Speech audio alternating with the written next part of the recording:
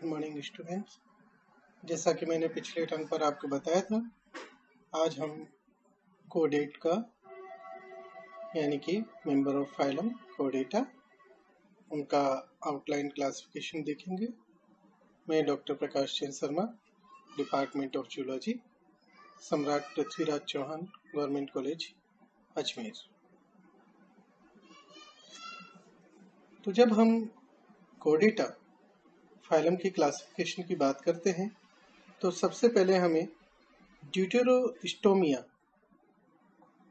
जिसे कई जगह पर एक सुपर फाइलम की रैंक दी गई है। ड्यूटेरोस्टोमिया का लिटरल जो मीनिंग है वो है सेकंड माउथ। ड्यूटेरोस्टोमिया में हम उन एनिमल को शामिल करते हैं जिनके अंदर जो एनस का फॉर्मेशन है वो माउथ से पहले हो जाता है एम्ब्रियोनिक डेवलपमेंट के दौरान, और वो भी अपोजिट सिरे पे पहली बार होता है। उसके बाद माउथ का डेवलपमेंट दोबारा से होता है।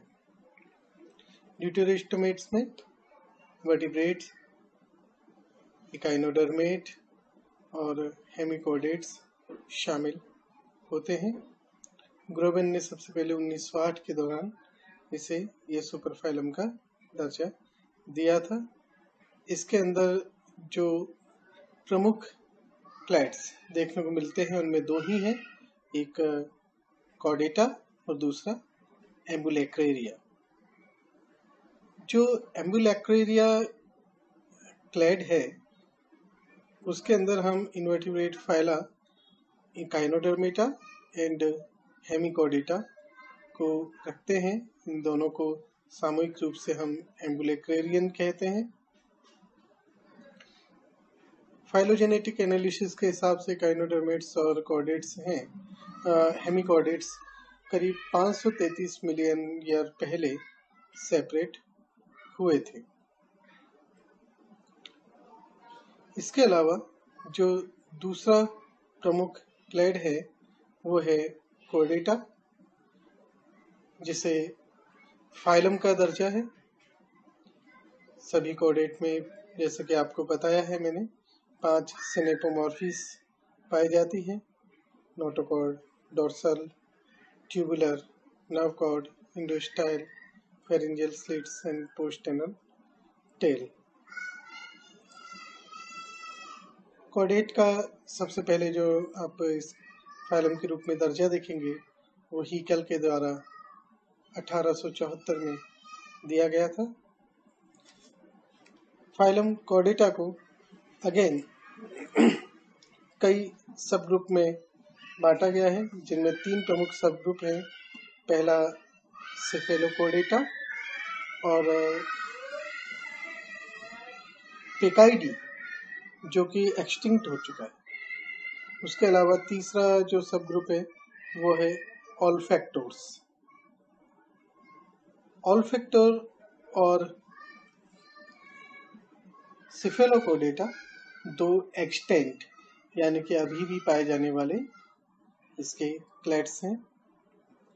ऑल्फैक्टोर कोर्डेटा के अंदर एक क्लैड है जिसमें वेटुलिकोलिया, ट्यूनिकेटा, जिन्हें हम यूरोकोर्डेटा भी कहते हैं, और वर्टिब्रेटा, जिन्हें हम क्रेनिएटा भी कहते हैं, ये 3 प्रमुख समूह इसके अंदर पाए जाते हैं, जिनमें से महत्वपूर्ण हमारे लिए ट्यूनिकेटा या यूरोकोर्डेटा और वर्टिब्रेटा या क्रेनिएटा है। तो इस प्रकार हमारे लिए जो 3 महत्वपूर्ण सब फाइलम स्तर रखने वाले हैं वो है सेफेलोकोर्डेटा, यूरोकोर्डेटा एंड वर्टिब्रेटा।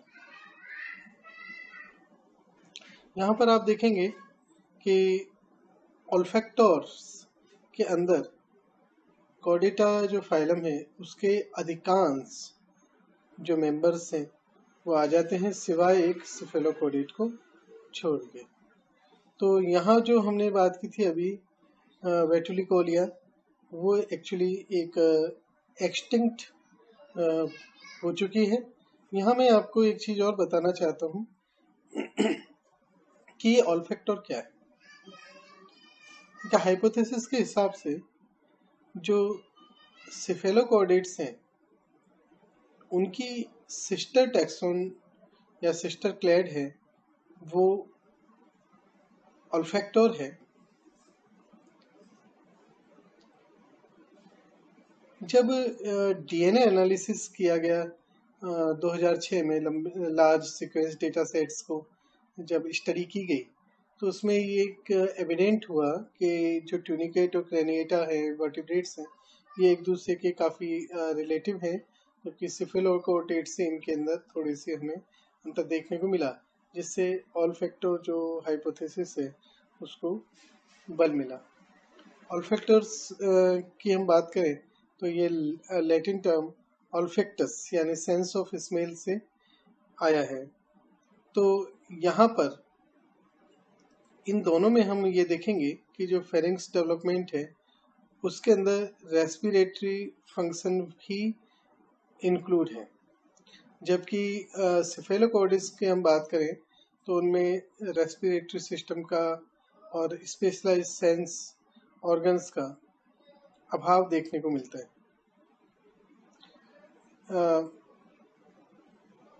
सेफेलोकॉर्डेट का एक एग्जाम्पल आप अच्छे से पढ़ेंगे, उसका नाम लैंसेट है। तो आगे हम बढ़ते हैं। सबसे पहले हम सेफेलोकॉर्डेट पर आएंगे। सेफेलोकॉर्डेट या इसको किफालोकॉर्डेट भी प्रोनाउंस किया जाता है, जो कि ज़्यादा सही है। तो इसका किफाल का मतलब होता है हेड और कॉर्ड मीन्स जो एक रस्सी।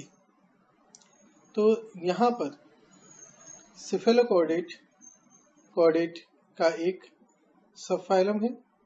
इसके अंदर जो एनिमल शामिल होते हैं उन्हें हम जनरली एम्फियोक्सिस या लैंसेट के नाम पे से जानते हैं। इनमें पांचों जो सिनोफोमॉर्फिक कैरेक्टर हैं कॉर्डेट के वो आपको देखने को मिलेंगे। सेफेलोकॉर्डेट का जो प्रारूपीय एनिमल आप देखेंगे वो लैंसेट एम्फियोक्सिस हम कह रहे हैं। सभी प्रकार के एम्फियोक्सिस को अगर हम एक साथ बात करेंगे तो हम एक एम्फियोक्सी फॉर्म्स की बात करेंगे। ये वार्म, टेम्परेट और ट्रॉपिकल सी में मौजूद मिलते हैं। नोटोकॉर्ड की मौजूदगी के कारण ये आपको वहां पर अच्छे से स्विम करते हुए दिखेंगे। तो इस सेफेलोकॉर्डेट को सब फाइलम का दर्जा हिकल ने 1866 में दिया था। इसके अंदर जो प्रमुख ग्रुप आते हैं उनमें से सबसे प्रमुख ग्रुप है लेप्टोकार्डी। लेप्टोकार्डी को मुलर ने 1845 में क्लास का दर्जा दिया था और इस क्लास के अंतर्गत जो ऑर्डर आता है उसे हम एम्फियोक्सीफॉर्मीज कहते हैं। इसके अंदर आपको दो फैमिली देखने को मिलेंगी, एसिमिट्रोनिडी और ब्रेंकियोस्टोमिडी। कई जगह पे आपको इसका एक्रेनिया भी नाम देखने को मिलेगा या फेरिंगो ब्रेंकी भी नाम देखने को मिलेगा, लेकिन सबसे जो कॉमन नाम है वो सेफेलोकॉर्डेट है। ये सेगमेंटेड मराइन एनिमल्स हैं जिनके अंदर इलोंगेटेड बॉडी होती है, जिसमें पूरी बॉडी की लेंथ में नोटोकॉर्ड प्रेजेंट होता है हेड टू टेल। इनकी लेंथ काफ़ी कम मिलेगी आपको, कुछ सेंटीमीटर तक की इनकी लेंथ होती है। और क्योंकि इनके अंदर मिनरलाइज्ड स्केलेटन नहीं मिलता तो इस कारण इनके फॉसिल रिकॉर्ड इतने ज़्यादा नहीं प्राप्त हुए हैं, लेकिन फिर भी कुछ फॉसिल रिकॉर्ड जैसे कि पिकाइया का जो फॉसिल रिकॉर्ड है या यूनानोजॉन जो रिकॉर्ड्स मिले हैं उनके अंदर ये देखने को ज़रूर मिलता है। करीब 700 से 650 मिलियन ईयर पहले ऐसा माना जाता है कि सेफेलोकॉर्डेट अन्य सभी कॉर्डेट से सेपरेट हुए थे। अगर आप इनकी जनरल मॉर्फोलॉजी की बात करेंगे तो यहाँ पर आपको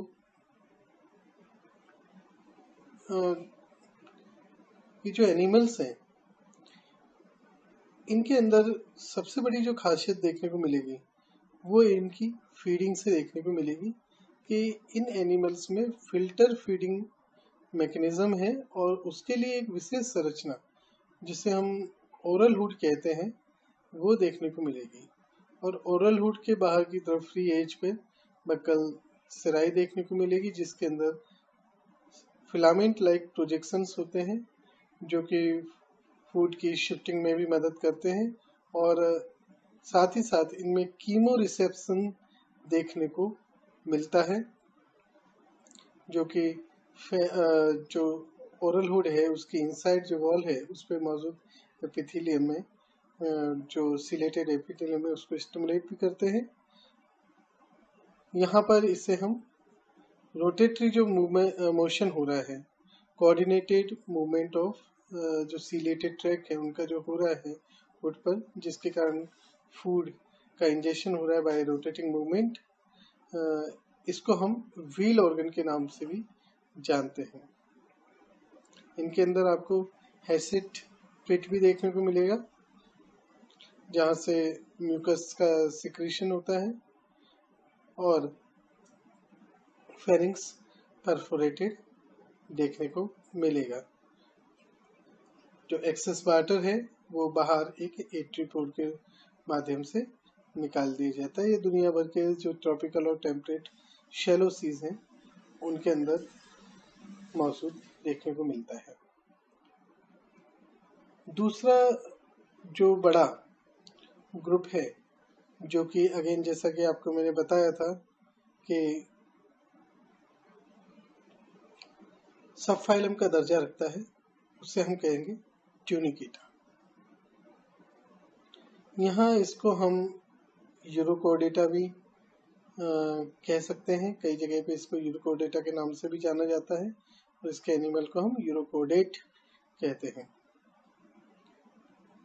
ये एकमात्र ऐसे कोडेट्स हैं जिनके अंदर मायोमेरिक सेगमेंटेशन लुप्त हो चुका है।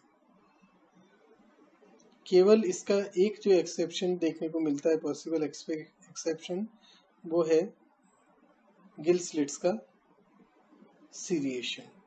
अदरवाइज इनके अंदर जो मायोमेरिक सेगमेंटेशन है वो अनुपस्थित देखने को मिलता है। सबसे पहले 1816 में लामार्क ने ट्यूनिकेटा नाम दिया। इसके अंदर जो प्रमुख क्लासेस हैं वो हैं एसिडिएशिया जिसको एक्चुअली एक ये पैराफाइलेटिक क्लास है ये। इसके अलावा थेलिएशिया और लार्वेशिया।